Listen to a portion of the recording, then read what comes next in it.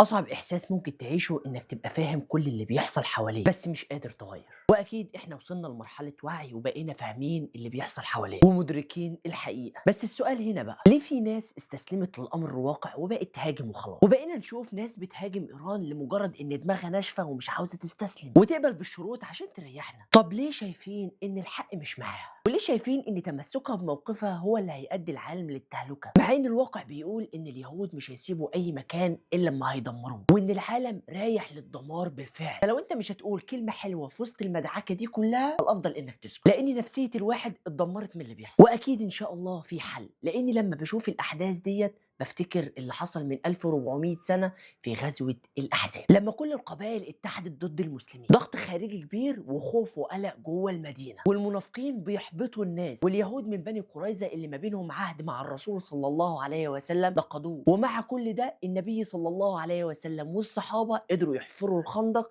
والمشركين ما قدروش يدخلوا المدينة. وفي النهاية جاء نصر من عند الله، ربنا أرسل رياح شديدة قلبت خيامهم وطفت نيرانهم وكسرت استقرار الجيش، لأنهم كانوا مؤمنين بربنا. فالواحد عنده أمل كبير في ربنا. وأختم بقول الله تعالى بعد أعوذ بالله من الشيطان الرجيم، بسم الله الرحمن الرحيم، ولا تحسبن الله غافلا عما يعمل الظالمون.